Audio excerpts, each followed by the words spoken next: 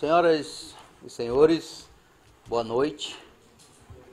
Sejam todos bem-vindos ao nosso 13º simpósio da Escola de Atenas, que acontece de 2 em 2 meses, com o objetivo de estudarmos a obra de Marco Fábio Quintiliano, uma obra que nós conhecemos como Institutio Oratoria, que quer dizer a formação do orador. Como é que se dá a formação do orador? Como é que se dá a educação do orador? Então sejam todos bem-vindos. Eu quero dar aqui as boas-vindas às pessoas que estão vindo aqui pela primeira vez no nosso simpósio.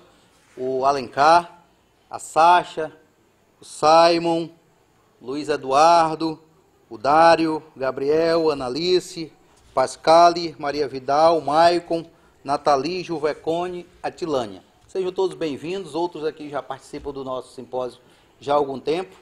E quero esclarecer que o nosso simpósio ele é formado de 3 partes.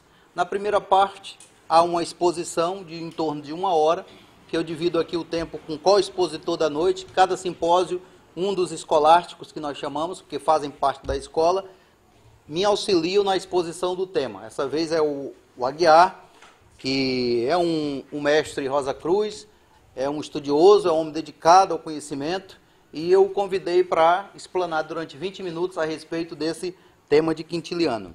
O próximo expositor será o Roberto Souto, que não se encontra hoje aqui, está na Bahia, mas o nosso tema do próximo simpósio será a respeito de Salomão. Nós sairemos um pouco da oratória latina, romana, e iremos estudar um pouco a oratória hebraica. Nós iremos estudar a oratória sapiencial de Salomão, baseada principalmente nos provérbios da Bíblia, no livro Sabedoria, naqueles livros sapienciais todos. E ele, que entende um pouco dessa história de Salomão, das palavras de Salomão, será o co-expositor desse simpósio, a oratória sapiencial do rei Salomão. Santo Agostinho, ele dizia assim: ser orante antes de ser orador. Ele ensinava os seus pregadores que antes de começar uma pregação, antes de começar a orar, a falar, a pregar, a palestrar, o orador ele teria que se interiorizar, ele teria que, em oração, pedir auxílio a Deus para que pudesse inspirar suas palavras, porque Deus é o conhecedor dos corações e da mente dos ouvintes e do orador. Então ele dizia ser orante antes de ser orador. Então cumpre também a mim fazer, antes de iniciar esse simpósio, me concentro, faço a minha oração, para que eu possa ter essa inspiração necessária para tratar de um tema tão profundo como esse, pedindo inspiração a Deus para que possa trabalhar esse tema tão relevante para nós, desse autor que inspirou muitos padres, muitos filósofos, muitos líderes durante a história da humanidade. Dentre eles, inspirou Santo Agostinho, inspirou Martinho Lutero, que mais na frente ele funda as igrejas que vão dar origem ao protestantismo, inspirou tantos poetas e que hoje continua ainda a inspirar os estudiosos do mundo da oratória. Então, nessa primeira parte do nosso simpósio, há a exposição, depois as perguntas e as respostas de quem tiver interesse em esclarecer algum ponto, e por último a tribuna fica livre para que as pessoas que queiram fazer o uso da palavra possam também se manifestar dos temas que foram tratados aqui. Há um roteiro que os senhores podem acompanhar. O roteiro ele é um roteiro que pode nos dar o norte, mas que há muitas novidades que surgem no decorrer dessa explanação, dessa oralidade. Então, eu quero esclarecer primeiro quem foi Marco Fábio Quintiliano. A vida dele, a obra dele, o contexto histórico dele, para a gente entender em que época nós estamos estudando e o que é relevante conhecermos do ponto de vista histórico. Na época em que nasceu Marco Fábio Quintiliano, foi uma época de seres muito importantes que transitaram no nosso planeta, vamos dizer assim. A época de Jesus. Jesus é um pouco antes de Quintiliano, mas Quintiliano era no mesmo século de Jesus. São Paulo, que foi o grande propagador da fé cristã, também é contemporâneo de Quintiliano, e um dos grandes pensadores do mundo hebraico, que foi São Paulo, que na mesma época também viveu, na época em que Quintiliano viveu. Então, Quintiliano ele era um advogado romano, ele se dedicou à advocacia. Ele nasceu, na verdade, na Espanha, mas a Espanha, nessa época, fazia parte do Império Romano, no século I depois de Cristo. O pai dele era advogado, o pai dele também era orador, e proporcionou ao seu filho, Quintiliano, uma educação esmerada, uma educação de muita qualidade, tirando o filho da Espanha, levando para Roma, e onde ele pôde ter os melhores professores da época, dentre eles Domício Afro, que Quintiliano dizia ser o maior orador de seu tempo. Era um tribuno do júri, era um tribuno dos tribunais, era muito culto. Esse povo todo de Roma cultuava a sabedoria grega, que a sabedoria grega inspirou a sabedoria romana. Então, o grande mestre que Quintiliano se inspirou, ele teve vários professores, mas o grande mestre dele foi um homem chamado Marco Túlio Cícero. Grande nome romano, foi cônsul, foi, na verdade, um dos responsáveis pelo esplendor da República Romana, Marco Túlio Cícero, que escreveu vários livros de oratória, dentre eles De Orator e Orator, e Marco Túlio Cícero inspirou Quintiliano. Cícero viveu um século antes de Quintiliano, mas Quintiliano ele se inspirou em Cícero e achava Cícero a própria retórica encarnada, a própria eloquência encarnada, do grau de admiração que ele tinha por Marco Túlio Cícero, que também era advogado, que também era político, que também era filósofo, que também era orador. E aí essa dedicação de Marco Fábio Quintiliano à advocacia vai levar ele a ensinar a oratória, a ensinar a retórica, a disciplina mais prestigiada pelos gregos e pelos romanos era a oratória, era um instrumento de ascensão social. O jovem que quisesse se ilustrar, brilhar do ponto de vista intelectual, quisesse brilhar nos tribunais, na política, ele procurava os professores de oratória para poder pensar, falar, agir, se conduzir na vida pública. Então, eles recebiam dos professores de retórica a educação necessária para se ilustrar. Era uma educação de nobres, era uma educação de ricos, que, na verdade, procuravam esses professores. E Quintiliano era um professor de retórica. E ele realizou tão bem esse trabalho que um dos imperadores de Roma, chamado Vespasiano, o chamou para ser professor público do Império Romano. Então ele criou uma escola pública e ele passou a ser pago com dinheiro público para ensinar os estudantes de Roma a como falar bem. Quintiliano ele assessorou 3 imperadores romanos, Galba, Vespasiano e Domiciano. Ele era professor direto dos filhos desses imperadores, dos parentes desses imperadores. Então ele desfrutou do prestígio da própria corte do Império Romano. E ele teve vários discípulos importantes também, Quintiliano, poetas que quem estuda literatura conhece bem, como Juvenal, Marcial, Tácito, que foi um grande historiador romano. Todos testemunharam a pessoa, quem era Quintiliano, que daqui a pouquinho a gente vai dizer como é que os discípulos viram a figura de Marco Fábio Quintiliano.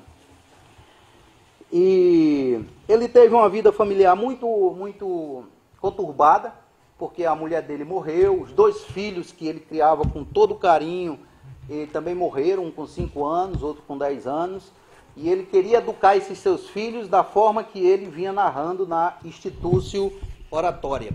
E esses filhos, infelizmente, tiveram a doença e morreram e não foram educados nesse livro que ele escreveu, chamado Institutio Oratoria. A Institutio, ele não é só um livro de retórica, também é um livro de pedagogia. Ele traça toda a formação do orador e esse livro visa a formação do orador perfeito. Como se forma o orador perfeito? Você pode se perguntar, é possível a perfeição? Qual é essa ousadia de formar uma pessoa perfeita, um orador perfeito? Ele mesmo dizia, se não é possível, mas nós temos que ansiar por isso. Se existiu ou não um orador perfeito, isso pouco importa. Mas o nosso foco, o nosso objetivo, o nosso olhar é para o alto, é para as alturas, é para a formação do homem excelente, é para a formação do orador perfeito. E ele vai dizer que se exige dele todas as virtudes da alma. Conhecimento enciclopédico, conhecimento amplo. E ele vai usar uma expressão, a formação do perfectus orator, perfeito orador, o consumatur orator, consumado orador, trabalhado orador, cultivado orador, com todas as ciências que eram dispostos para as pessoas que estudavam a oratória. E o que é o orador para Quintiliano? O orador não é só o homem que fala em público. O orador era o nome que ele dava para o líder. O Orador era o nome que ele dava para o líder político, para o gestor, para o administrador, para o homem público, para a pessoa que conduzia o povo, que administrava o Estado. Ele dava o nome de orador. O próprio sábio para ele era chamado de orador. Ele vai dizer que o orador ele tem que ser tão perfeito na sua forma de trabalhar que ele também possa um dia ser chamado de um homem sábio, ligando assim a oratória com a própria sabedoria, a eloquência com a própria sabedoria. Lembrando aqui para os senhores que eu vou usar termos como oratória, retórica e eloquência no mesmo sentido, do homem que sabe falar bem, do homem que sabe se expressar bem. Então, ora eu vou falar orador, ora eu vou falar retor, que é de retórica, ora eu vou falar homem eloquente. E o que é que os discípulos diziam de Quintiliano? O que é que os discípulos de Quintiliano diziam dele?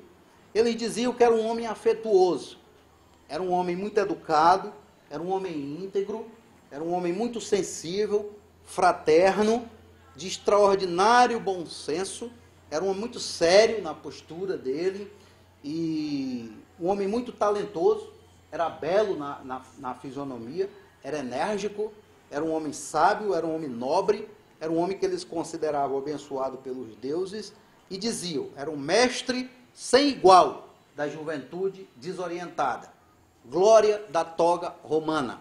A toga era as vestimentas que os advogados usavam, que chamamos de beca também, mas em Roma Antiga se chamava de toga, que os advogados usavam nos tribunais quando estavam fazendo as suas defesas. Glória da toga romana, porque foi o advogado mais brilhante do seu tempo. Foi o orador mais brilhante de seu tempo. Prestigiado pela corte romana, prestigiado pela sociedade romana e alcançou grande fama, alcançou grande riqueza, grande prestígio e foi acumulado de honrarias, de títulos, de reconhecimentos por aquele povo. Então, eis o homem que nós estamos trabalhando, eis o homem que escreveu a maior obra de oratória da história da humanidade. Nenhum livro se compara em tamanho, na verdade, do que as obras que ele escreveu, essas obras aqui, Institutio Oratoria, em 4 tomos. Cada tomo desse aqui, o tomo 1 contém 3 livros, o tomo 2 mais 3 livros, o tomo 3 também, o tomo 4. Aqui é bilíngue, edição latina e português, mas se deixarmos só na versão portuguesa, é um livro que dá em quase 1000 páginas, ou seja, metade da Bíblia.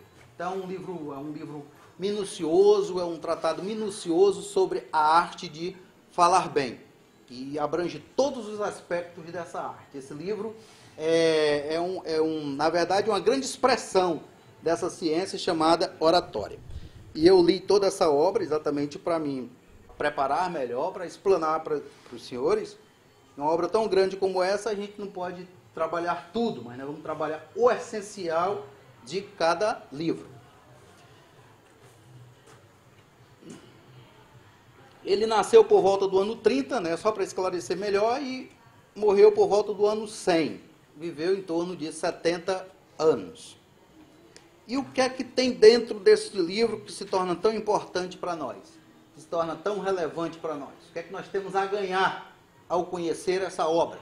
Se nós não pudermos ler, se a gente não tem interesse de ler, mas pelo menos o que nós temos a ganhar com essa obra aí? O que é que ela tem a nos oferecer de bom para o nosso crescimento intelectual, para o nosso crescimento ético, para o nosso crescimento espiritual? Lembrando que a espiritualidade para o povo grego e para o povo romano não eram as religiões que nós conhecemos hoje. A espiritualidade greco-romana era a filosofia.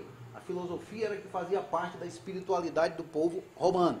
Capacidade de pensar, de raciocinar, de refletir. E isso levava a uma boa conduta moral, uma boa conduta intelectual também. E, como já falei para os senhores e senhoras, essa palavra institutio, eu falo institutio porque está em latim, mas em português é instituição oratória. É uma palavra assim, um pouco difícil de entender, instituição oratória. O que quer dizer? Instituição, no sentido que está aqui, quer dizer a educação do orador. Como se educa o orador, como se forma o orador. Então essa obra ganhou outros títulos, como a formação do orador, a educação do orador. A minha monografia, que eu tive a alegria de concluir o curso de filosofia, fiz história, depois fiz Direito e agora concluí o curso de Filosofia, eu tive a alegria de fazer exatamente em quintiliano. E dei o título e socializei no grupo um estudo sistematizado e resumido dos 12 livros da Instituto Oratória de Quintiliano, no contexto da retórica antiga e no contexto da retórica moderna, da nova retórica que nós chamamos. E o essencial do que eu vou explanar aqui está contido nesta monografia. O primeiro livro, o que é que o primeiro livro trata? Quintiliano, ele quer formar o orador do nascimento ao túmulo. É uma educação que vai a vida toda, do início ao final. Começa quando a criança nasce. Essa educação é o ideal de educação do povo romano. E até hoje se inspira na construção de muitos programas educacionais, pedagógicos. É uma educação altamente refinada, altamente culta, altamente nobre. Se a sociedade chegasse a esse patamar de uma formação do homem do nascimento ao túmulo. Formação do homem constante, integral, que visa administrar a república, que visa administrar a polis. Ele dizia que assim que a criança nasce, o pai já deve conceber a respeito daquela criança um ideal para aquela criança. O ideal de se tornar um líder, o ideal de se tornar um orador, o ideal de se tornar um administrador, o ideal de se tornar um homem público, um sábio, capaz de dirigir a sociedade, capaz de dirigir a si próprio. Um homem com a formação integral perfeita. Então esse anseio do pai, essa esperança do pai, era o início do zelo na formação da criança. Então quando a criança nascia, as babás, que nós chamamos hoje, na época eles chamavam de nutrizes, teriam que cuidar daquela criança. E só podia cuidar da criança as babás, as nutrizes, que não falassem errado, que não fossem mal educadas, que não falassem palavrões, que não tivessem comportamentos estranhos desde criança, para a criança não se inspirar em coisa errada. Santo Agostinho vai dizer, nós não precisaríamos da gramática se uma criança fosse educada num lar, onde o pai, a mãe, todo mundo falasse corretamente. Qual era o sentido de estudar gramática? Ela falaria, naturalmente, de forma correta, o plural, todas as combinações das palavras, ela naturalmente saberia se expressar bem. Então esse zelo do pai, esse zelo de quem cuidaria da criança, começava a criar uma condição desde o início para que aquela criança pudesse se desenvolver de forma correta. Quando a criança já começava a ter a idade de estudar, 5, 6 anos, ela saía dessa primeira educação e era entregue para os professores de gramática. Professor que ia incentivar ela a ler, que ia incentivar ela a escrever, que ia incentivar ela a declamar, ia dar os primeiros rudimentos de várias ciências, como música, como poesia, como história, como várias outras ciências. Aquela criança começaria a ter contato com essas outras ciências, principalmente para o professor de gramática, que ele dizia, não despreze a gramática. No santuário da gramática há muitos segredos. A gramática é um instrumento de desenvolvimento intelectual muito importante para o estudante. O estudante tem que saber falar bem, tem que saber se expressar bem, tem que conhecer todos esses segredos que a gramática proporciona. E a gramática é uma ciência muito antiga, tão antiga quanto a própria oratória. Então, nesse livro 1, ele destaca isso, né? Porque ele vai dizer assim, a habilidade de falar bem é precedida por uma coisa muito importante. Ler, escrever, estudar, ter acesso à cultura. Antes de poder falar bem, a criança precisa ter esse desenvolvimento preliminar, que é o acesso à leitura, principalmente. A leitura é um segredo que perpassa toda a obra de Quintiliano. Toda a oratória greco-romana passa pela leitura. Porque o homem que fala bem é o homem que lê muito, é o homem que tem acesso à leitura, é o homem que tem acesso ao conhecimento, é o homem que vai adquirindo conteúdo para poder explanar, falar, desenvolver um tema. Então, a leitura, o conteúdo, perpassa todo o trabalho do orador greco-romano. Então, além disso, era preciso ter professores competentes, professor que tivesse carinho, professor que tivesse amor, professor que tivesse paciência com a criança, professor capaz de descer a compreensão da criança, ensinar com toda a habilidade do mundo. Então, a gente percebe como essa educação é uma educação, vamos dizer, quase que divina. Há a presença de um pai, há a presença de um cuidador, há a presença de um professor carinhoso, fraterno, competente, que vai formando o caráter, a estrutura daquela criança, daquele jovem, preparando ele para o mundo, preparando ele para a sociedade. Isso ele traça no primeiro livro. O que é que ele vai dizer no segundo livro? Nesse segundo livro, ele vai dar o conceito de retórica, ele vai dizer a importância da retórica, a necessidade da retórica, e ele vai dizer que a retórica é uma virtude. Assim como a justiça é uma virtude, assim como a sabedoria é uma virtude, assim como a integridade é uma virtude, a arte de falar bem é uma virtude, é uma qualidade benéfica, é algo que proporciona ao homem um desenvolvimento no rumo das coisas boas. Virtude entendido como as inclinações e as disposições do homem para o bem, na condução do bem. Então, justiça, sabedoria, prudência, e ele incluía a retórica, são virtudes do homem. E ele vai entrar em conceitos importantes que o Aguiar vai desenvolver daqui a pouquinho, e ele vai dar o conceito de orador. Vir bônus de 100 de peritos, que é o orador, ele usa essa expressão, vir bônus de 100 de peritos, é o homem de bem, perito na arte de falar. O homem mau, o homem enganador, o homem manipulador, o homem que usa a habilidade de falar para prejudicar, Quintiliano não o inclui como um orador, não está dentro do que é conceituado como um orador, é um manipulador. O orador é o homem de bem, perito na arte de falar. É um homem que é um sábio, mas é um homem que sabe se expressar. Porque Santo Agostinho dizia, não tem como nós aceitarmos que um homem que não é um homem de bem, tem habilidade para falar, tem habilidade para convencer, tem habilidade para levar as pessoas ao erro, e os pregadores, os padres, os homens de bem não disponham dessa mesma habilidade para pregar a verdade, para pregar a justiça. Então ele incentivava as pessoas a se capacitar para falar bem.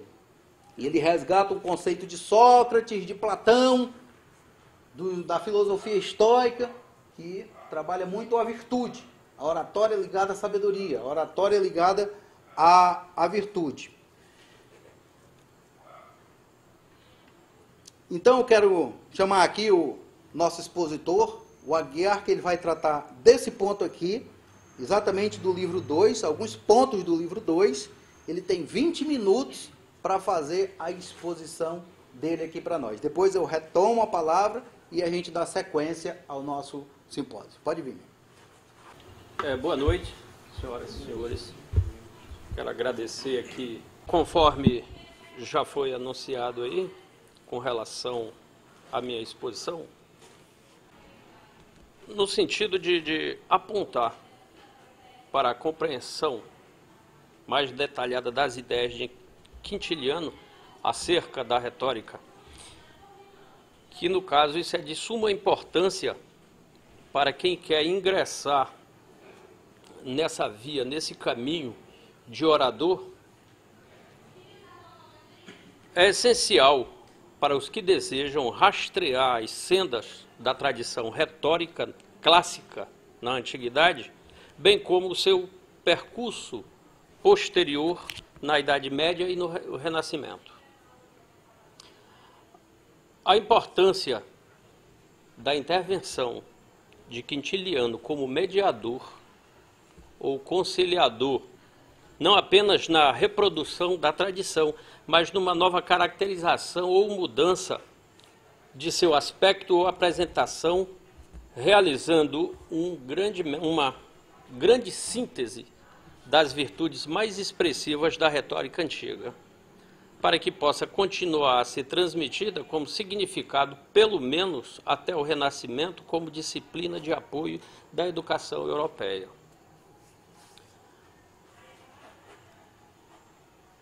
A discussão nesse sentido, Quintiliano, nesse momento dessa discussão, dessa busca, desse diálogo que ele fez entre a Idade Antiga e a Clássica para expor a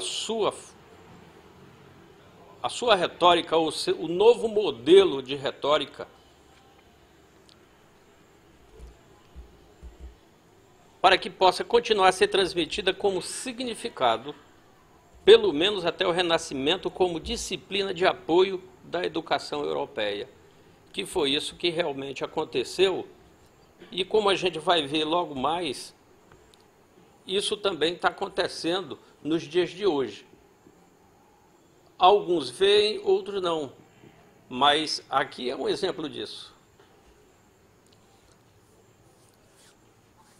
Nessa discussão da retórica clássica, busca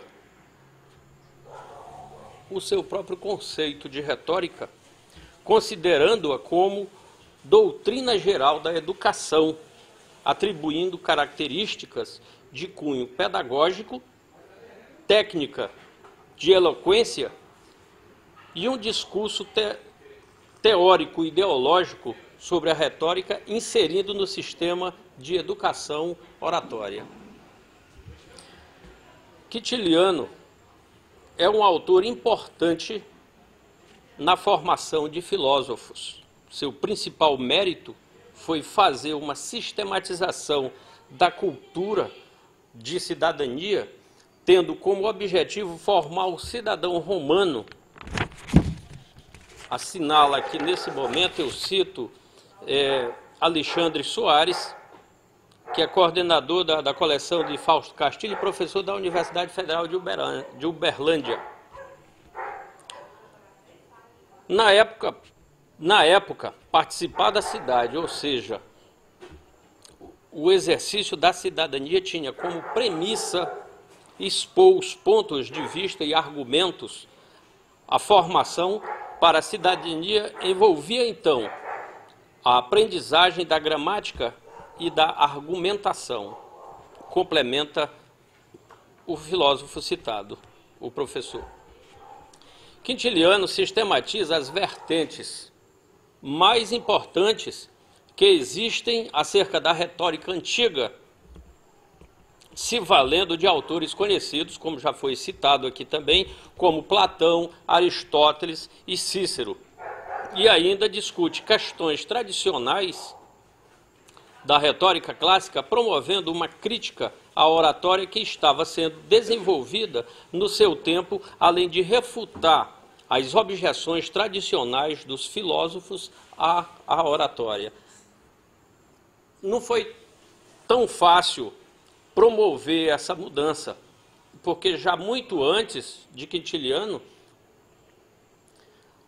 a própria retórica, aquela aceita e conceituada pelos grandes pensadores como principalmente Platão e Aristóteles, isso mostra que já havia um debate bem acirrado de questão de conceitos a respeito da utilização da retórica.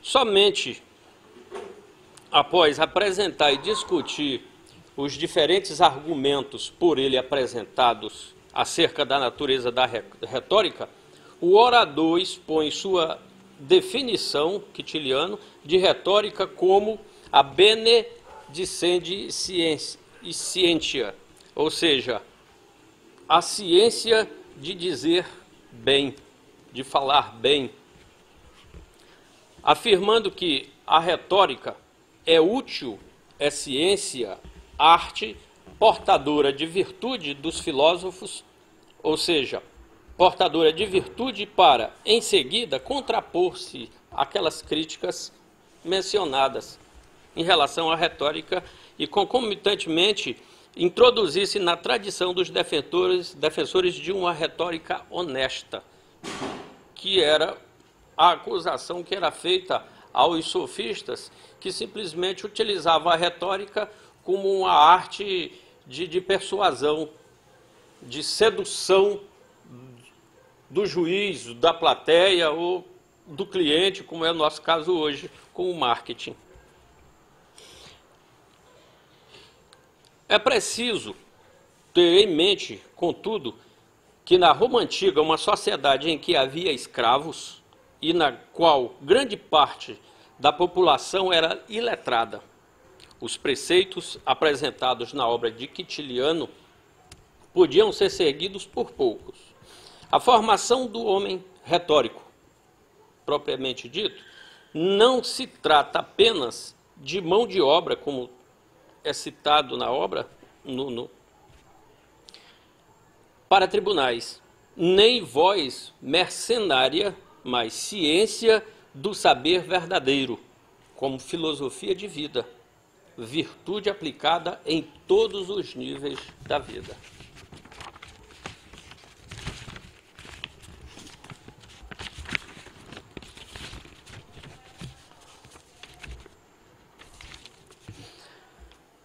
Conforme Quintiliano, também citado no 11º simpósio da nossa escola, vem a dominar temas, ou seja, o homem retórico, vem a dominar temas como a poesia, gramática, filosofia, história, direito, política e a escrita, né? Tem ainda o teatro, se tornando culto, instruído, que tem muito conhecimento e cultura, e erudito, aquele que tem um alto nível de cultura e de conhecimento, geralmente conseguidos através da leitura. O homem retórico considera a poesia, nesse momento aqui, eu fiz uma breve, pelo menos como exemplo de cada tema que aqui foi citado. Poesia, gramática, filosofia. O homem retórico considera a poesia como bela arte. É nela que a estética se mostra em toda a sua grandeza. Pois se a um conceito for submetida uma representação da imaginação, esta dará mais a pensar que a compreensão de determinado conceito, ampliando de modo ilimitado o conceito a que foi submetida. Isso quer dizer que na ideia estética a imaginação transborda os limites do conceito, indo além do que nele se poderia pensar. No uso da filosofia, o homem retórico considera a discussão racional dos argumentos como forma de chegar à verdade. Respeita os princípios éticos do diálogo, pressupõe a livre aceitação de quem o ouve, a verdade corresponde ao conhecimento verdadeiro da realidade, ultrapassa o plano da aparência dado pelos sentidos. É o objeto, a verdade é o objeto de pesquisa da filosofia. A gramática é a expressão que se referia à técnica das letras e que, por extensão, a arte ou ciência de ler e escrever. Um tipo de conhecimento dirigido à produção e ao saber fazer humano, aplicado ao nível da língua na regulamentação da sua pureza linguística.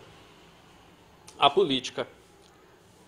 O homem retórico preza pelo convencimento, pela clareza e pela objetividade, defendendo sempre o bem comum. É a missão da política, é a missão do político. Nesse discurso encontra-se também a rejeição da força e da violência, substituídas pela persuasão e pela legitimidade. É triunfo da racionalidade. Logo se vê que a oratória também ela é um discurso de paz, de tranquilidade, de harmonia e de bem-estar, que é um dos objetivos da estética que a gente não citou aqui. Nesse sentido, podemos entender, sendo a oratória, na visão de Quintiliano, a base da educação. A oratória é a base da educação, na visão de Quintiliano, contextualizada, ou seja, contextualiza o historiador Pedro Paulo Funari, que é professor do Instituto de Filosofia e Ciências Humanas. Ele fez um estudo, uma busca nessas obras de Quintiliano. A oratória é toda esta série de preceitos, exercícios e reflexões que visam a produzir um homem capaz de exercer o seu papel de cidadão, o que, na época imperial romana, significava exercer a liderança como funcionário do Estado. No entanto, tal liderança só poderia ser exercida a contento por pessoas cultas e guiadas em suas ações por elevados padrões morais, o que remete à educação. Por isso, o objetivo da educação não deveria ser apenas dar uma formação técnica, como chamaríamos hoje, mas oferecer também uma formação moral ou humanística, nos termos atuais, para que estes cidadãos funcionários cumprissem bem a sua tarefa. Sobre a intervenção quintiliana para uma mudança, ou seja, uma nova caracterização da retórica clássica, trata-se de uma desconstrução de modelos utilizados que existiam acerca da retórica antiga, se valendo dos autores antigos já citados, Platão, Aristóteles, Cícero, entre outros. E ainda discute questões tradicionais da retórica clássica, promovendo uma crítica à oratória que estava sendo desenvolvida no seu tempo, além de refutar as objeções tradicionais dos filósofos para com a oratória pelos retóricos sofistas, ou de uma sistematização. É nesse sentido de sistematização que podemos dizer a retórica para além da retórica. A retórica definida no dicionário como a arte da palavra, da boa argumentação, possui uma conotação pejorativa na nossa sociedade, pois é associada ao uso da linguagem para fins de manipulação ou de persuasão. Mas nem sempre foi assim. Na Roma antiga, a retórica era parte da formação do cidadão, na medida em que o exercício da cidadania, entendida como a participação tanto cabível para a época na vida da cidade, pressupunha a capacidade de expor de maneira eficaz os pontos de vista, ou seja, os pontos de vista e os argumentos. Desse modo, a retórica pertencia ao campo da educação. Nesse contexto, Marco Fábio Quintiliano ganhou destaque e é mantido como referência até os dias atuais. Sua obra, contudo, atravessa séculos, mantendo-se relevante em vários campos das ciências humanas, da filosofia à história, passando pela linguística, despertando ainda interesse como fonte antiga de reflexões sobre a linguagem. Esse último parágrafo aqui, a gente tem, eu cito, Anselmo Ferreira, que também é professor da Universidade Federal de Uberlândia. Como é que a gente está de tempo? Tem 4 minutos. Tá. Eu tenho aqui também um comentário que vale a pena ser citado, até porque ele traz ainda mais essa importância da retórica ou da educação retórica para a nossa realidade, para a nossa atualidade, que é de Marta Avancini, jornalista de Educação, Direitos Humanos e Ciência, com foco nas humanidades. Repórter, freelance da revista Educação, na qual é responsável pela seção Pesquisa Hoje e do jornal da Unicamp. Ela aborda a questão como tema aqui, da antiguidade ao renascimento.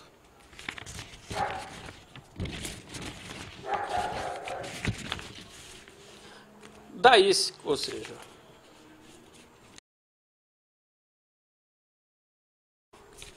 na atualidade, contudo, segundo ela, há um movimento de resgate da retórica antiga por meio da nova retórica, pautado justamente por seu sentido pedagógico, ou seja, pela associação da oratória com a ética presente em autores como Quintiliano.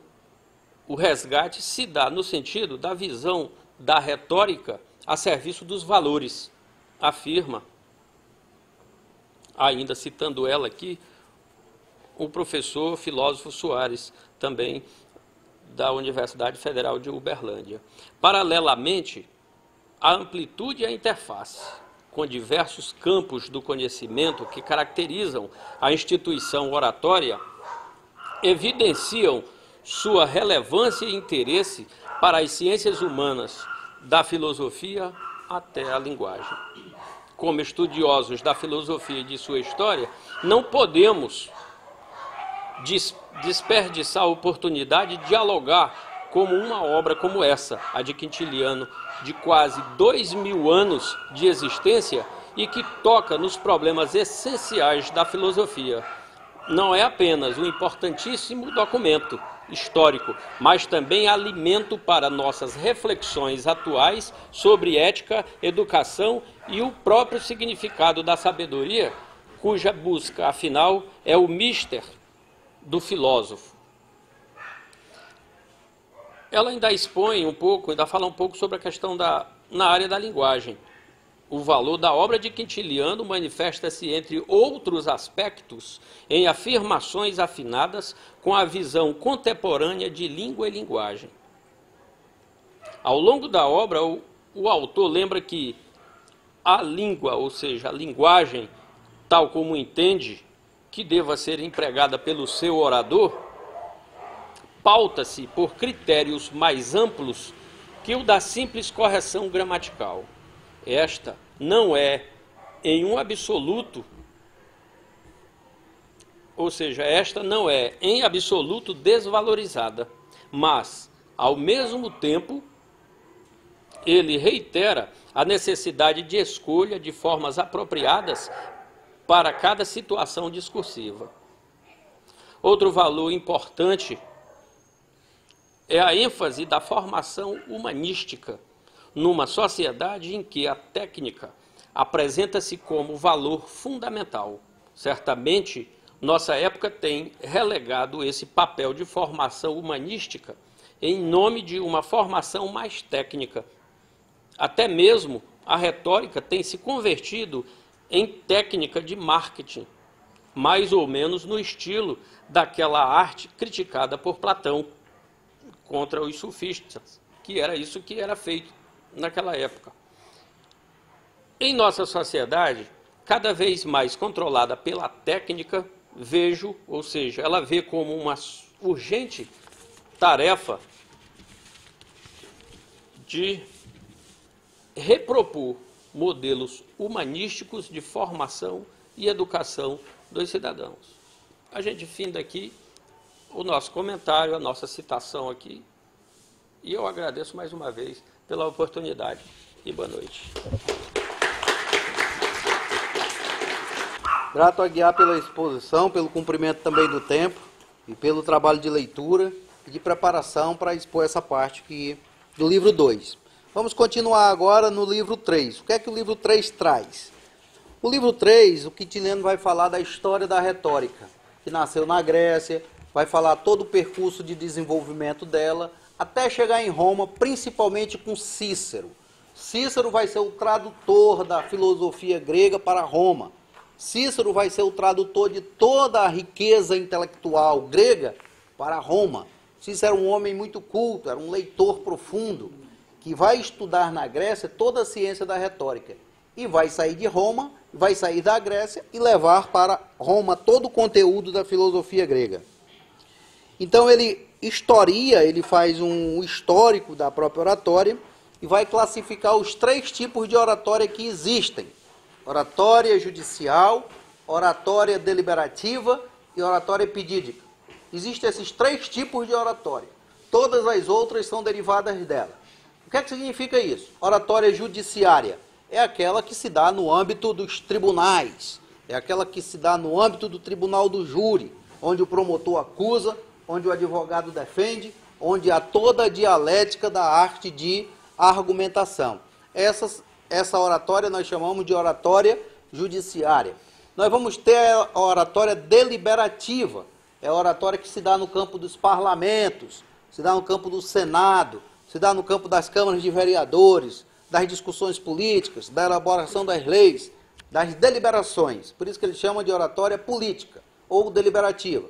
Então temos a oratória judiciária, a oratória política e a oratória epidídica, que significa a oratória instrutiva. Nós estamos aqui exercendo a oratória instrutiva. Nós não estamos no tribunal, nós não estamos num parlamento, numa câmara, nós estamos no âmbito de uma palestra, de uma instrução. O padre, quando prega, o pastor, quando prega, um mestre, quando ensina, em que instituição for, ele está exercendo a oratória epidídica, a oratória instrutiva, a oratória de orientação. Todas as outras oratórias, elas se encaixam numa ou no outro desses 3 tipos, nesses 3 gêneros de oratória. Oratória do comandante em guerra, comandante liderando os seus comandados. Confronto militar. Que tipo de oratória é essa? É a oratória epidídica. É a oratória que orienta, que instrui, que motiva, que entusiasma o soldado ao combate. É a história do general, a oratória do general, a oratória do tenente, a oratória do oficial, a oratória do comandante. Está dentro da oratória epidídica. Na oratória que se dá no âmbito da propaganda, do marketing. Está dentro da oratória epidídica. E assim, qualquer tipo de oratória vai ser encaixada numa dessas 3, judiciária, política ou epidídica, que nós podemos chamar também de educativa, instrutiva. O professor, numa sala de aula, está exercendo a oratória instrutiva, epidídica. Então ele fala desses 3 gêneros e as características de cada um, porque é diferente um pouco a oratória judiciária, da oratória política, da oratória epidídica. Tem pessoas que têm a habilidade para trabalhar com os 3 tipos de oratória, mas tem aqueles que têm mais habilidade para trabalhar com a judiciária ou a política ou a instrutiva. Mas cada oratória, ela segue as mesmas regras, mas ela tem uma dinâmica diferente, que vai depender de cada ambiente. Se já dizia que a oratória é filho da arquitetura. Dependendo do lugar onde está, é um tipo de oratória diferente. O orador tem que ter essa percepção, que Quintiliano chamava de faro retórico. O orador tem que ter um faro. Aonde eu estou? Para quem eu vou falar? Que momento é esse?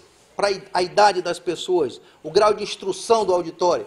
Então o orador tem um faro retórico para perceber todos os elementos necessários para convencer um público.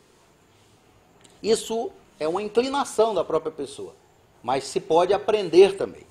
Então o livro 3 ele vai trabalhar todos esses conceitos importantes aí, e ele vai explicar os objetivos do orador. O orador, quando está falando, ele tem 3 objetivos básicos: ensinar, agradar e entusiasmar, motivar, comover. Nós estamos aqui fazendo um trabalho de instrutivo, de ensinar essa obra de instituição oratória de Quintiliano. Mas, ao mesmo tempo, esse trabalho de ensinar tem que ser agradável.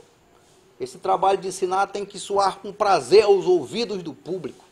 O público ele tem que se harmonizar com o orador, com o ritmo do orador, com a forma com que o orador fala, com o vocabulário do orador. Ele tem que ser compreendido, tem que ser uma experiência agradável. Porque a oratória ela tem uma dimensão auditiva e ela tem uma dimensão visual. A pessoa, quanto mais intelectual ela é, mais auditiva ela se torna. Por isso que a nossa sociedade se usa muito o visual, as propagandas, porque isso manipula principalmente as pessoas que têm um grau intelectual ou instrutivo baixo. Por isso que se trabalha a propaganda, a visão, a visibilidade, as imagens. O homem, quanto mais intelectual ele é, mais auditivo ele se torna. Então ele é capaz de ouvir com a cabeça baixa, ele é capaz de ouvir com os olhos fechados, ele é capaz de sentir a verdade de uma palavra, uma palestra, pela sensibilidade auditiva. Como é que ele sente a palavra do orador? Como é que o ritmo do orador soa dentro dele? Como é que ele recepciona isso dentro do seu cérebro? Mas todos nós temos essas dimensões, visual e auditiva. E a oratória é uma experiência auditiva. Ela é um respeito aos ouvidos de quem está numa plateia, no auditório. O orador está falando e como é que as palavras dele soam, caem dentro do ouvido de cada pessoa, com harmonia, com agradabilidade, com prazer, é a experiência auditiva. Mas também é uma experiência visual, porque nós estamos vendo os gestos do orador, nós estamos vendo o olhar do orador, a postura do orador diante do público, a verdade que ele passa, o domínio do conhecimento que ele tem diante do público, também é uma experiência visual. Nós temos essas dimensões. E é também uma dimensão sinestésica do sentir, porque na medida que a gente vê, na medida que a gente ouve, a gente também sente. Essas três dimensões estão em nós: visual, auditiva e sinestésica. O orador tem que trabalhar com todas elas. Então é o objetivo do orador ensinar, é o objetivo do orador agradar e é o objetivo do orador motivar, comover, de alguma maneira tocar no coração da pessoa. Pode tocar o coração, pode tocar o intelecto. O orador tem que ter essa habilidade para penetrar nessas duas dimensões do homem, o intelecto e o coração. O intelecto pela razoabilidade que ele diz, pela lógica com que ele diz, pela concatenação dos seus argumentos, pela coerência, pela concisão do que ele diz, pelo roteiro que ele está falando e as pessoas estão compreendendo o que ele está dizendo. Então, é um trabalho de conquista do intelecto. Ao mesmo tempo, é um trabalho de conquista do coração, porque a pessoa começa a ter fé no orador, começa a ter credibilidade no orador, começa a ter confiança no orador, começa a gostar do orador. E isso, então, ele abre-se na sua dimensão afetiva, para ouvir melhor a pessoa que está falando. Duas dimensões, a intelectual e a emocional. O cérebro e o coração, essas duas dimensões importantes do ser humano. Então ele tem que saber como ouvir. Nas expressões latinas ele usa docere, que daí vem a palavra docente, professor, docente, docere, ensinar, deletare, deleitar, agradar e comovere, comover. Então no livro, agora vamos à sequência dos livros, vamos trabalhar vários livros agora ao mesmo tempo. Os livros 4, 5, 6 e 7, Quintiliano vai abordar as partes dos discursos. Como se desenvolve um discurso. Isso é muito importante. Como a pessoa fala em público, como ela desenvolve o discurso, como ela dispõe as partes de um discurso. Nós estamos aqui, trouxemos para vocês as partes do nosso discurso. Tem aqui a primeira parte, tem a segunda parte, tem a terceira parte. O orador ele tem que organizar o seu roteiro. Ele não pode falar como um barco à deriva. Ninguém sabe para onde o orador vai. Ninguém sabe para onde o orador vai levar. As pessoas começam a ficar inseguras. Não há um roteiro. A gente sente quando o orador não sabe por onde começar, como desenvolver, como concluir. Então isso gera uma insegurança no público. Meu Deus, que hora essa pessoa vai falar? Meu Deus, para onde é que ele vai falar? Será que ele não vai constranger ninguém? Será que... Então há uma insegurança no público. O orador tem que demonstrar que quando ele pega a palavra, seja 3 minutos, seja 15 minutos, seja 1 hora, seja diante de um jornalista na imprensa, seja diante da sala de aula ou numa palestra, onde quer que seja ele desenvolvendo a oratória, até conversando pessoalmente com outra pessoa, tem que saber que há um roteiro, que há uma lógica, que é um homem lógico, que é um homem coerente, que é um homem que tem objetividade na condução das suas palavras. Isso dá segurança para os ouvintes. Então ele vai trabalhar isso. como se inicia um discurso, como se desenvolve o discurso, como se trabalha as provas, como se refuta o adversário, ou seja, como se contrapõe ao adversário. O adversário muitas vezes não é uma pessoa. O adversário muitas vezes é o pensamento do público. O que é que o público tem dentro da cabeça quando está ouvindo o orador? O oponente do orador é o que está na mente do público. E o orador, por ter intuição retórica, por ter um faro retórico, ele começa a sentir o que pode estar dentro da cabeça dos ouvintes. Então, é uma espécie de telepatia. O orador vai, então, durante a argumentação, desenvolvendo, esclarecendo, tirando as dúvidas da cabeça dos seus ouvintes, no tribunal do júri, do corpo do conselho, dos jurados, no parlamento, das outras pessoas que estão lá para votar as leis, dentro de uma sala de aula, seja onde for. Ele é um homem perceptivo. O orador é um homem ligado, é um homem antenado quando ele está falando. Ele tá presente naquele momento. E aí ele pode sentir isso. E ele pode refutar, ele pode se opor a tudo isso. E também como se conclui esse discurso. Como é que se conclui um discurso? Essas partes de um discurso, elas são tão fortes, tão importantes, que elas inspiraram até Sebastian Bach, que é um instrumentista, que é um músico, o senhor já ouviu falar, alemão, daquela mesma qualidade ali de Beethoven, de Mozart. Sebastian Bach inspirou Sebastian Bach, até na condução das músicas. Sebastian Bach seguia o ritmo da retórica de Quintiliano, que ele gostava de ler Quintiliano. Então ele começava as músicas com exórdio, que é o início, o exórdio, aí com a narração, aí com o trabalho das provas, aí ele ia agilizando até a peroração, até o final. Então a música dele começava baixinho ali, como se estivesse introduzindo o discurso, aí do meio para o fim, na metade a música já tinha um ritmo mais argumentativo, mais rápido, mais dialético, e no final era aquele estrondo, aquela emoção, o coração das pessoas batia. É o orador finalizando, era o orador conquistando. Então, até a música, o Quintiliano influenciou com esse grande instrumentista chamado Sebastian Bach. Então, ele trabalha tudo isso ao longo desses livros. E aí a gente entra nos livros 8 e 9. O que é que esses livros tratam? Eles tratam de algo importante que nós chamamos de figuras de linguagem. Figuras retóricas, que nós chamamos. Tem aí a metáfora, tem a metonímia, tem a ironia, quando a pessoa ironiza outro. Ele vai dizer que a ironia é a figura de linguagem mais culta que existe. A pessoa que é capaz de ironizar o outro, a pessoa que é capaz de destruir um argumento de forma irônica, ele só é capaz de fazer isso conforme a sua cultura. Por isso que era um instrumento muito usado por Sócrates. Era um instrumento muito usado por Sócrates. A pessoa chegava, Sócrates, tem um homem muito inteligente aqui querendo conversar contigo. Ele disse, manda esse Deus entrar para que eu possa referenciá-lo. Então, o Sócrates tinha uma capacidade irônica muito grande de destruir a pessoa, o argumento, pela ironia. Era a figura mais culta que existia de linguagem. Não é todo mundo que sabe usar a ironia para rebater um argumento, para destruir um argumento. É algo que precisa ser trabalhado. Mas existe outra figura de linguagem, por exemplo, como a hipotipose. Que é a hipotipose? É a capacidade do orador de estar falando e as imagens estão sendo criadas na cabeça dos ouvintes. Hoje a gente vai para uma sala de aula, vai para uma palestra, aí lá está o orador. Lá está o orador. Aí começa a ler tudo. Uma linha, outra linha, outra... Agora vamos para o outro.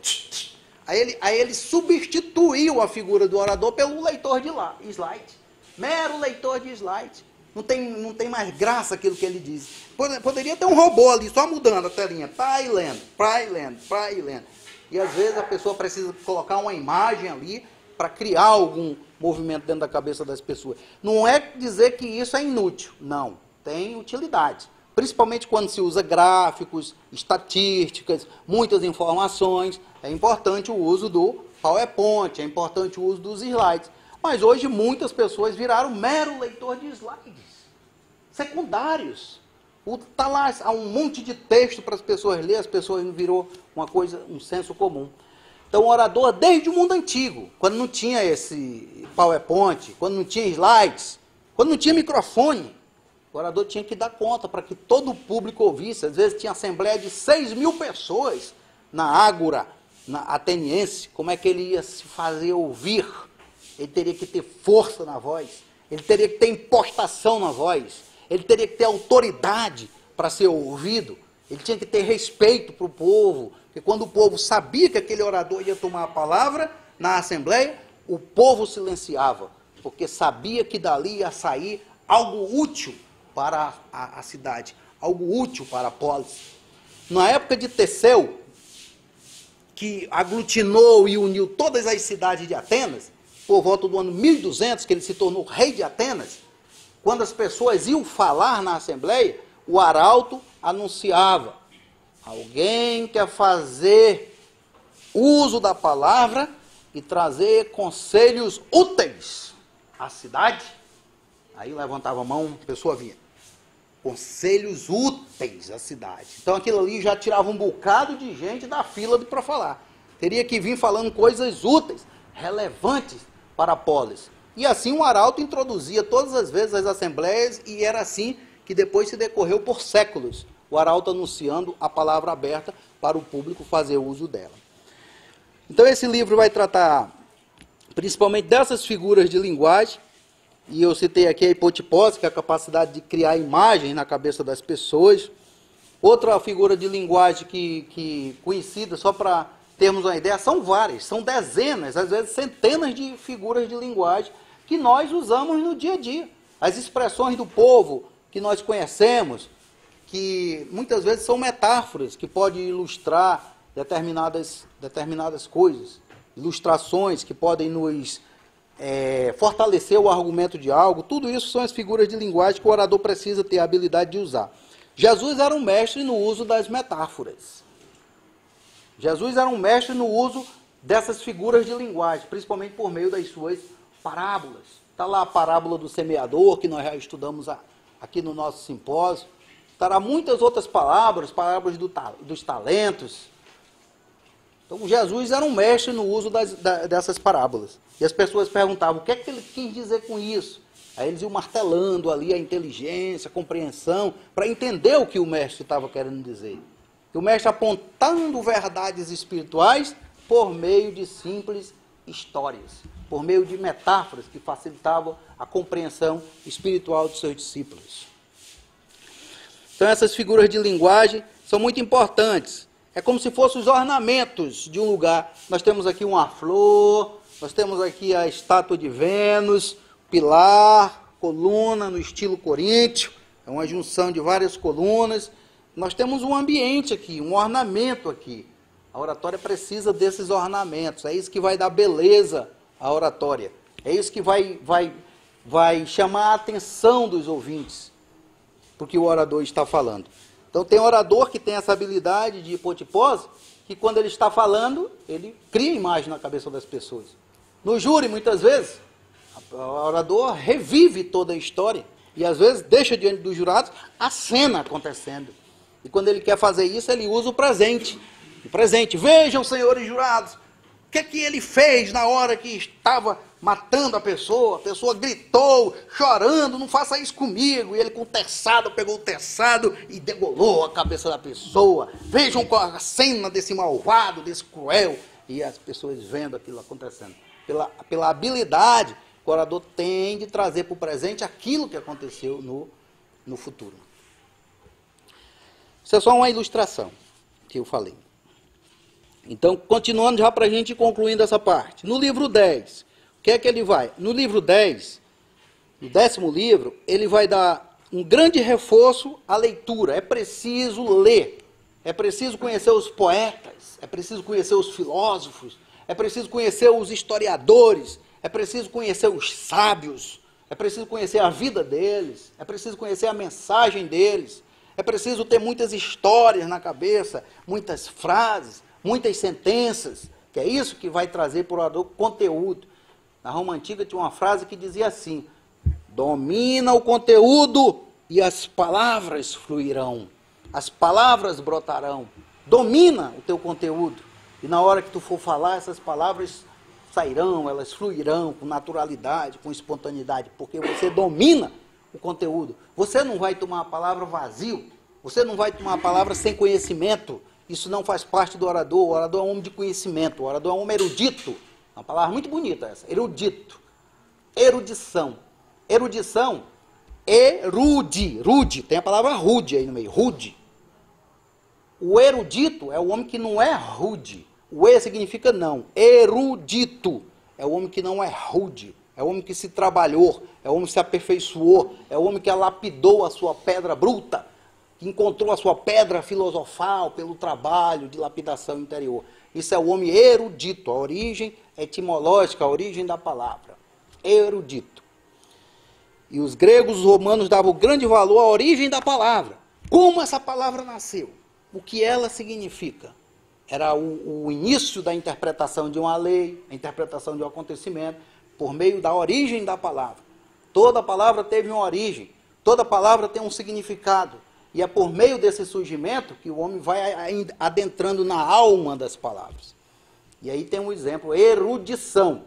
Significa o homem não rude, o homem que se aperfeiçoou, o homem que se trabalhou. E aí, no livro 10, ele vai dar grande ênfase à leitura, à escrita. O orador ele precisa desenvolver a escrita, porque isso vai fixando muitas coisas na cabeça. Hoje, todo mundo tem a oportunidade de escrever. Está lá o Facebook, todo dia as pessoas escrevem. Mas com que qualidade escreve? Com que zelo escreve? Com que responsabilidade escreve?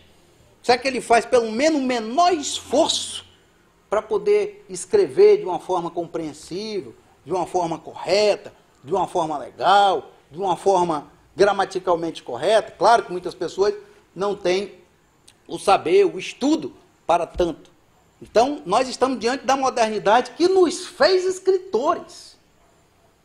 Nós estamos exercendo esse ofício diariamente no Facebook, diariamente no WhatsApp, diariamente nas redes sociais. Nós somos escritores. Mas com que qualidade nós exercemos isso? Aos olhos do público.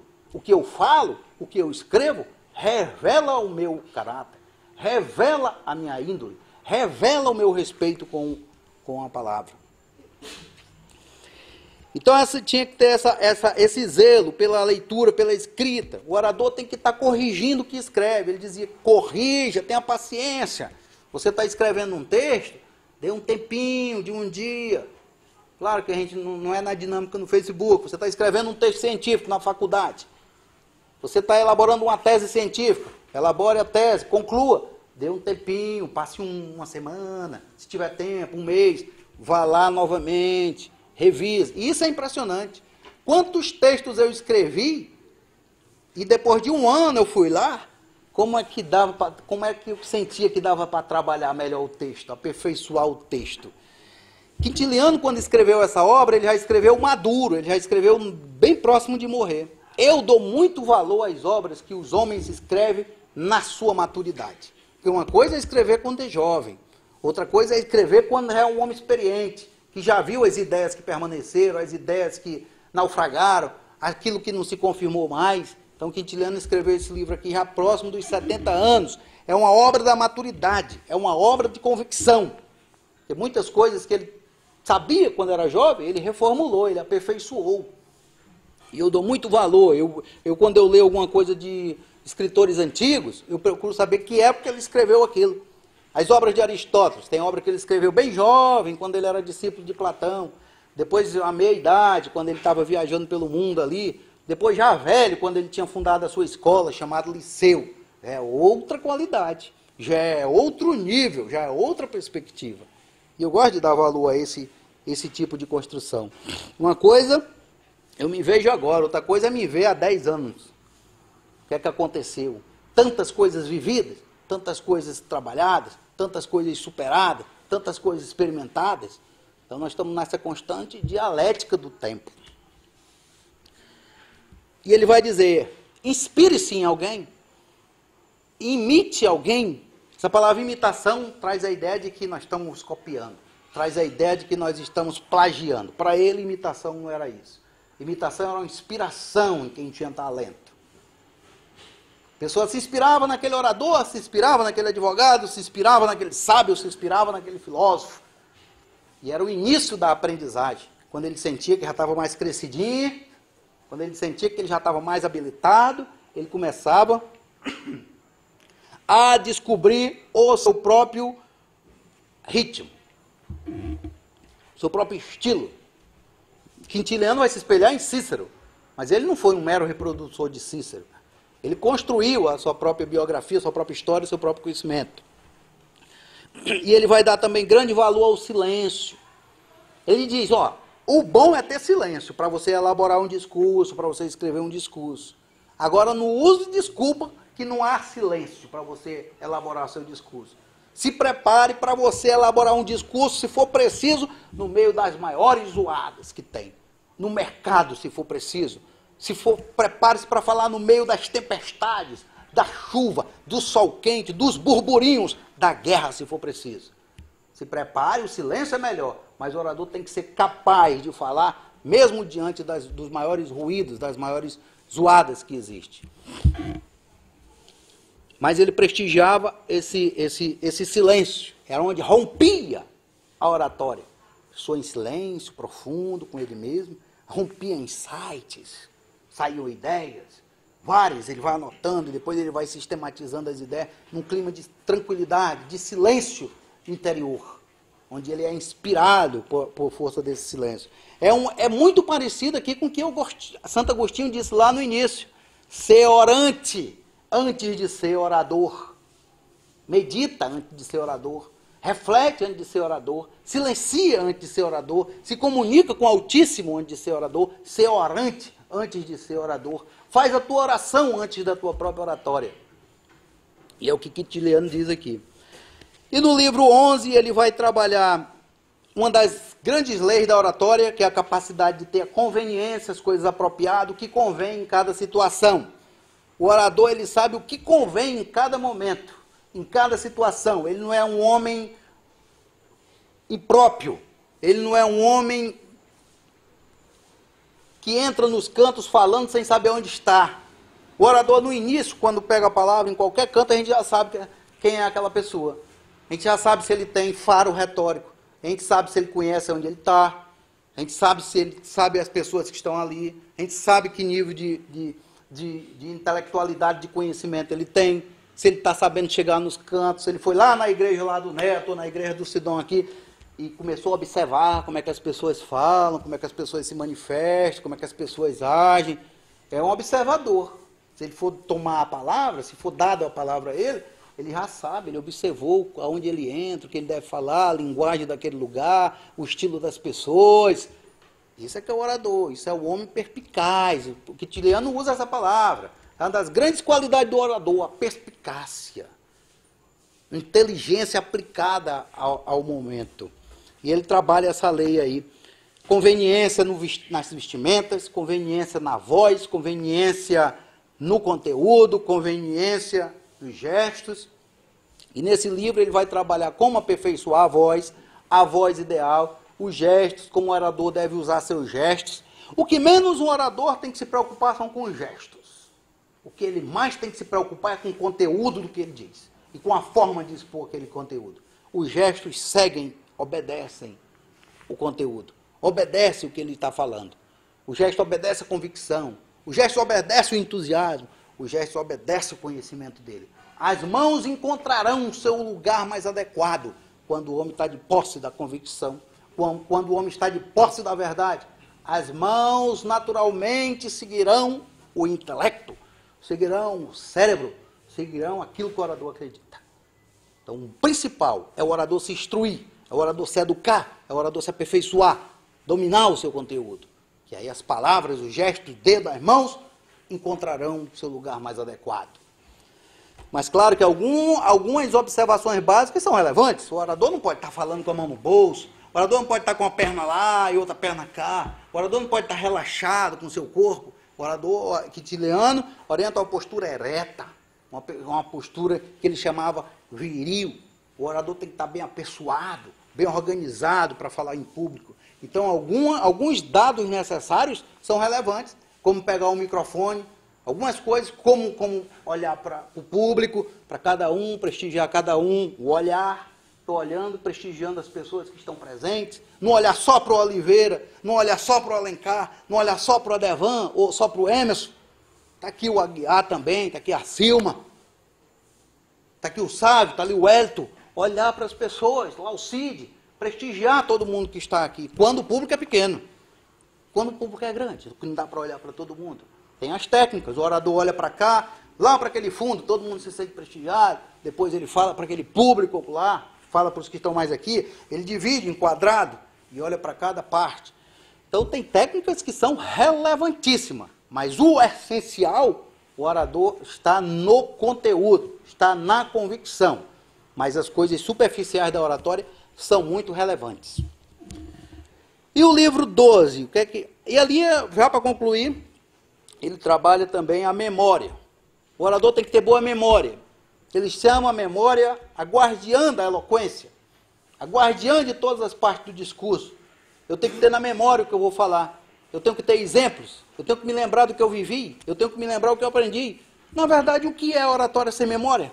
Como é que a pessoa não tem memória e vem aqui para frente, Sidão, falar? Se não tiver memória do conteúdo, gravado, as coisas. Tem, a memória é, por isso que ele dizia, a guardiã da eloquência, o tesouro do orador, a memória. E ele dá técnicas para desenvolver a memória. Leitura, gravar, memorizar poemas, memorizar discursos de grandes oradores. A pessoa, para memorizar, ele tem que dormir bem, ele tem que se alimentar com moderação, ele não pode estar com o bucho cheio, empanturrado, porque aí o pobre do cérebro vai estar aí penando para digerir o excesso que ele colocou. Como é que vai se concentrar para gravar alguma coisa? Uma pessoa está gravando, lá está o bucho da pessoa cheio de comida.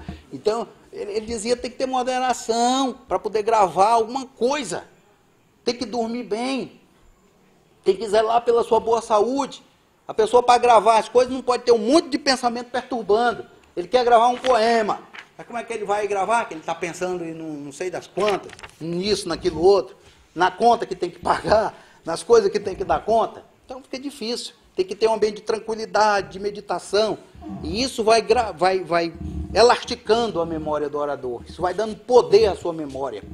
Aprender línguas diferentes é outra técnica que ele dá para desenvolver a memória. Várias técnicas que Tiliano trabalha para desenvolver a memória. Mas, em síntese, ele diz que a memória foi dada pela natureza, mas nós podemos ampliá-la, nós podemos desenvolvê-la. E acontece principalmente a gente gravando as coisas diariamente.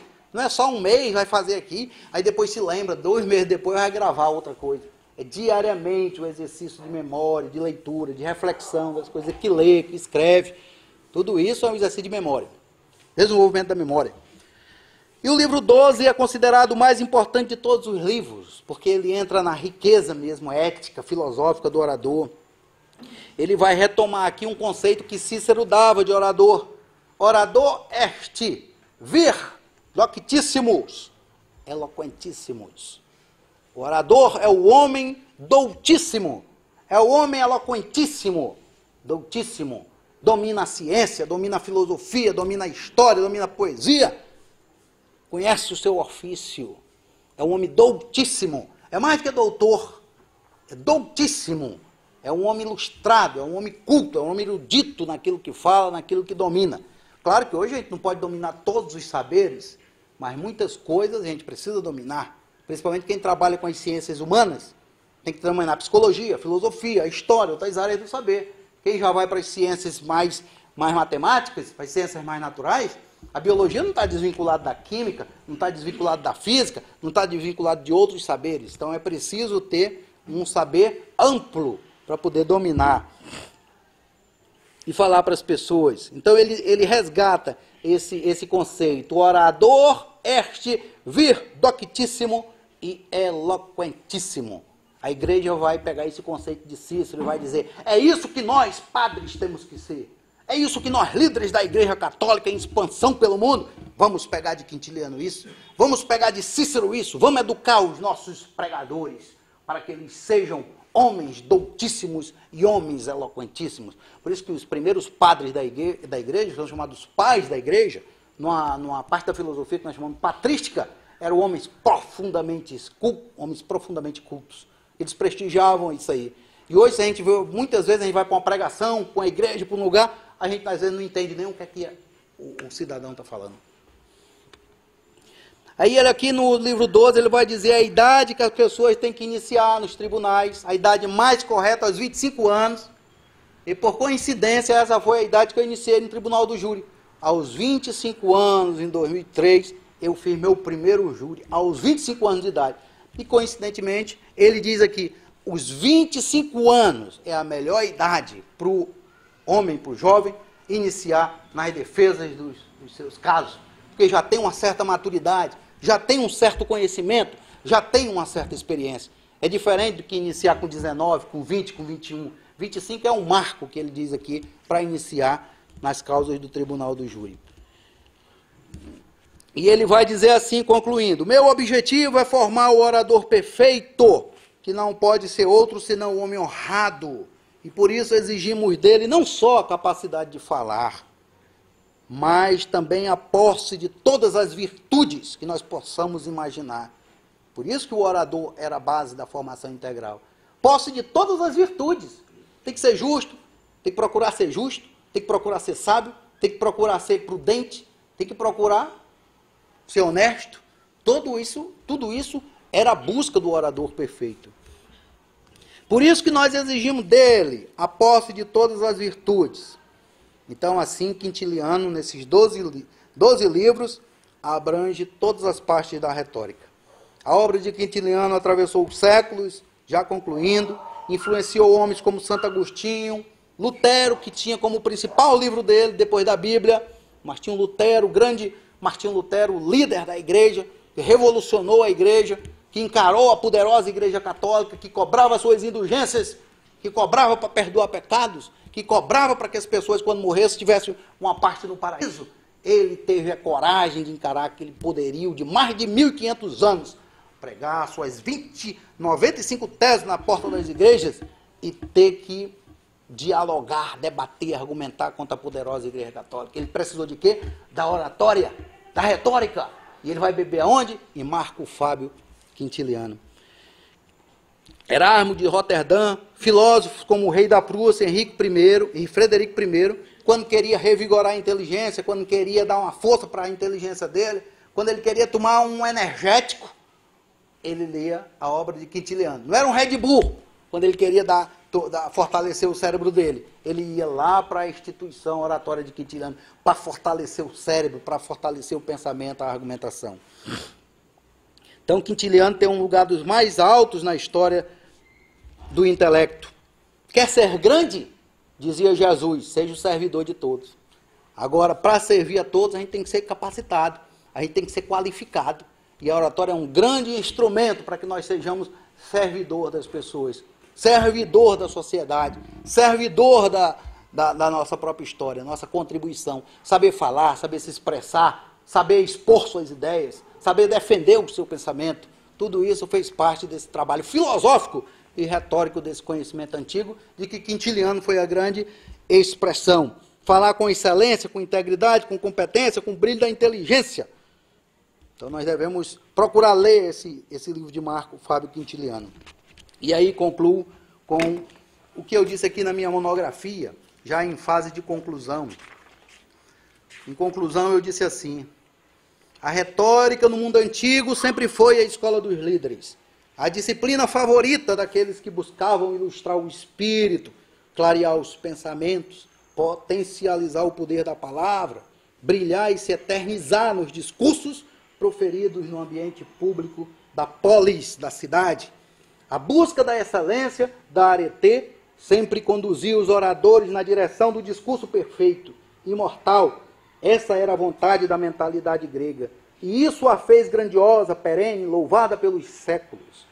Péricles, que governou a cidade-estado mais famosa da Grécia por mais de 30 anos, no século V a.C., e que a conduziu a um esplendor de riqueza, beleza e cultura, em sua famosa oração fúnebre, profetizou: Atenas, os homens do futuro não cessarão de admirar-te. Foi pela retórica que bons legisladores disciplinaram os povos, que os bons líderes ergueram impérios, que poetas cantaram a beleza, o divino. Foi pelo poder da palavra que filosofias chegaram até nós e continuam a inspirar a humanidade. É dessa retórica que fala Quintiliano, da retórica que busca a própria imortalidade ao ansiar pela perfeição. O olhar de Quintiliano não é para a retórica manipuladora, não é para a retórica vazia, como dizia o Aguiar.